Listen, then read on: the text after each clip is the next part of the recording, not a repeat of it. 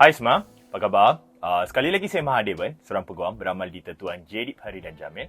Topik kita pada hari ini adalah tuntutan SOKSO untuk kemalangan dari perspektif seorang peguam. Mula-mula sekali tuan-tuan dan puan-puan, saya rasa ramai di luar sana, ramai pekerja ataupun majikan sendiri mengambil remeh mengenai isu SOKSO. Sebab ramai yang tidak ada pengetahuan apa kepentingan SOKSO ini, kenapa perlu ada SOKSO dan sebagainya. Hari ini saya akan mengambil sedikit masa untuk memberi penerangan kenapa SOKSO ini adalah sesuatu yang penting. Mula-mula sekali tuan-tuan dan puan-puan, bagi seorang pekerja, apabila ada sumbangan SOKSO, SOKSO ini tujuan dia senang. Tujuan dia kalau pekerja ini terlibat dalam kemalangan, ada mengalami sebarang kecacatan atau perlukan sebarang bantuan lain dan sebagainya yang melibatkan kemalangan, boleh buat tuntutan menerusi SOKSO. So maksudnya ini akan memberikan satu perlindungan kepada pekerja. Untuk majikan pula, pada kebanyakan masa majikan akan berpendapat bahawa kalau bayar SOKSO ni akan menambah kos, kos kepada majikan. Maksudnya mungkin bayaran kepada SOKSO itu kecil, tetapi bila kita mengambil jumlah pekerja yang banyak, ianya akan menjadi satu kos yang signifikan. Tapi apa yang majikan pada kebanyakan masa tidak sedar adalah apabila berlaku kemalangan di tempat kerja dan tidak ada perlindungan SOKSO, majikan boleh disaman secara terus oleh pekerja. So, jika ada perlindungan SOKSO, tidak akan timbul isu di mana pekerja akan menyaman majikan, di mana tuntutan pekerja ini akan dikendalikan menerusi skim SOKSO. So, ini yang majikan dan pekerja harus mengambil tahu. Okey, kedua. Tadi topik kita pada hari ini adalah tuntutan SOKSO berkaitan dengan kemalangan. So, bila dan bagaimana seorang pekerja boleh menuntut tuntutan SOKSO ini untuk kemalangan? Okey, yang pertama sekali, yang paling jelas adalah kemalangan di tempat kerja. Katakan pekerja ada bekerja di kilang contohnya. Dan bila bekerja di kilang mungkin melibatkan mesin-mesin ataupun kerja yang berat dan sebagainya, dan pekerja mengalami kecederaan. Pekerja tersebut boleh membuat satu tuntutan SOKSO untuk kecederaan ataupun kecacatan yang dialami. Itu kecederaan di tempat kerja. Kalau di luar tempat kerja, bagaimana? Okey. Kalau pekerja tersebut dalam perjalanan ke tempat kerja, mungkin waktu kerja adalah pada pukul 8. Tapi pekerja mungkin telah keluar rumah pada pukul 7 dan terlibat dalam satu kemalangan dalam perjalanan ke tempat kerja. Boleh claim SOKSO. Itu boleh buat. Dan selepas kerja macam mana pula? Masih boleh claim. Kalau selepas waktu bekerja, mungkin pekerja tersebut dalam perjalanan untuk balik ke rumah dari tempat kerja, terlibat dalam kemalangan, boleh buat tuntutan. Dan kalau lunch break ataupun rehat-rehat yang lain, macam mana? Pun boleh.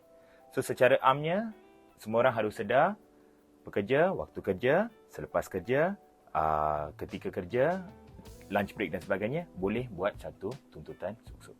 Okey, apa yang saya nak tekankan di sini, ramai di sini berpendapat bahawa bila berlaku satu kemalangan, yang senario yang saya selalu lihat dalam kehidupan seharian saya adalah begini. Individu ini mungkin telah terlibat dalam satu kemalangan. Okey. Apa yang berlaku di sini, mungkin dia bawa motosikal, dia cuai, dia lalai, hilang kawalan dan mengalami kecederaan. Dan kecederaan ini sebenarnya tidak melibatkan mana-mana kenderaan yang lain. Dan secara kebiasaannya, apa yang berlaku bila individu ini terlibat dalam kemalangan, individu ini semestinya akan dikejarkan ke hospital. Bila pergi ke hospital, apa yang akan berlaku? Individu ini akan dihampiri oleh ulat-ulat, ejen-ejen dan sebagainya yang akan memberikan cadangan. Contoh, bukan semua, tapi ada ejen, ada ulat di luar sana yang akan memberikan cadangan yang mengatakan kamu telah terlibat dalam kemalangan dengan sendiri, kamu tak boleh buat tuntutan insurans. Dan disebabkan kamu tak boleh buat tuntutan insurans, kita akan tolong kamu buat tuntutan insurans, kita akan mewujudkan satu kemalangan. Maksudnya, kita akan dapatkan seseorang untuk membuat laporan polis untuk mengatakan individu ini telah melanggar kamu dan kita akan cuba tuntut daripada insurans individu ini. Cadangan itu adalah sesuatu yang sangat berbahaya. Ramai tak faham apa implikasi di luar sana.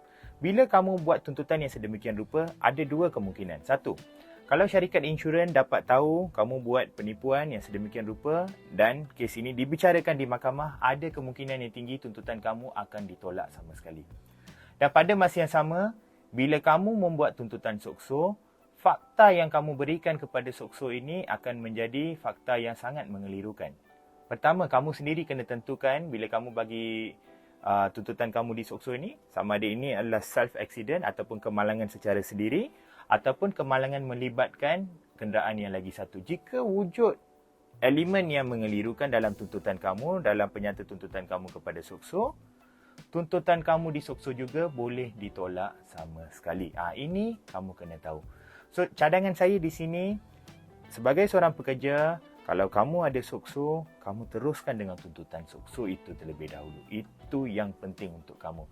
Jangan kamu terikut-ikut cakap sesiapa di luar sana.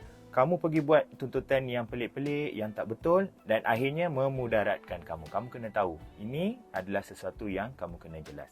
Okey, seterusnya, poin kita yang seterusnya untuk ini, tuntutan jenis apa yang kamu boleh buat daripada SOCSO ini. Okey, kamu kena tahu ya, SOCSO ini adalah satu skim perlindungan yang bagus yang diasaskan oleh kerajaan pada asalnya dan diteruskan sehingga kini.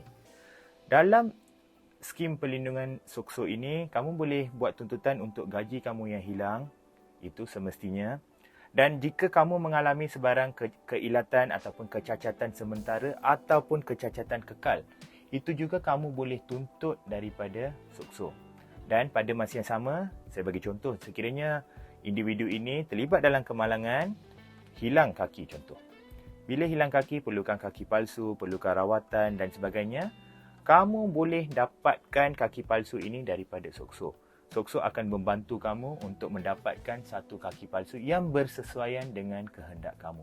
Dan pada masa yang sama, lagi satu poin yang penting untuk pihak SOCSO adalah selepas kamu diberikan kaki palsu ini, kamu juga akan diberikan latihan. Kamu akan ditolong, kamu akan dibantu supaya kamu, yang pertama, kamu boleh meneruskan kehidupan seharian dengan adanya alat-alat prostetik ataupun ortosis seperti kaki palsu. Dan pada masa yang sama, kamu akan diajar untuk menggunakan peralatan tersebut untuk berjalan dengan biasa. Dan jika boleh, kamu juga akan dilatih supaya kamu boleh mencari pekerjaan yang lain. So, ini adalah contoh-contoh relief-relief ataupun bantuan yang kamu boleh dapatkan daripada SOCSO. Yang seterusnya, macam mana kamu nak buat claim SOCSO ni? Okey, yang pertama sekali, semua sistem mahkamah ataupun SOCSO, semua sistem ini ada prosedur dia yang tertentu. So, kalau saya nak terangkan satu-satu agak panjang. Tapi untuk saya ringkaskan apa yang kamu boleh buat jika kamu terlibat dalam kemalangan. Macam biasa, kamu dapatkan bantuan terlebih dahulu. Tidak ada keperluan yang mustahak, tidak ada keperluan yang urgent untuk kamu pergi inform SOCSO, kamu buat tuntutan mahkamah, tak ada. Kamu boleh ambil masa, kamu maklumkan kepada HR kamu. Pada kebanyakan masa, HR akan ada butiran lengkap bagaimana untuk membuat tuntutan SOCSO. Pada masa yang sama, kamu juga harus tahu, SOCSO juga ada kaunter pertanyaan mereka sendiri. Jika HR kamu ini tidak memberikan bantuan dan sebagainya, kamu boleh pergi ke pejabat SOCSO itu sendiri, pergi ke kaunter pertanyaan, dapatkan borang-borang yang sesuai, tanya apa yang kamu boleh buat dan kamu akan diberikan bantuan. Sekian saja daripada saya. Semoga apa yang saya sampaikan hari ini dapat sedikit sebanyak membantu tuan-tuan dan puan-puan untuk membuat satu keputusan yang terpelajar. Macam biasa, sekiranya ada sebarang persoalan, sila ajukan kepada saya. Saya akan cuba yang terbaik untuk menjawab dan semoga kita berjumpa lagi dalam episod yang akan datang. Terima kasih.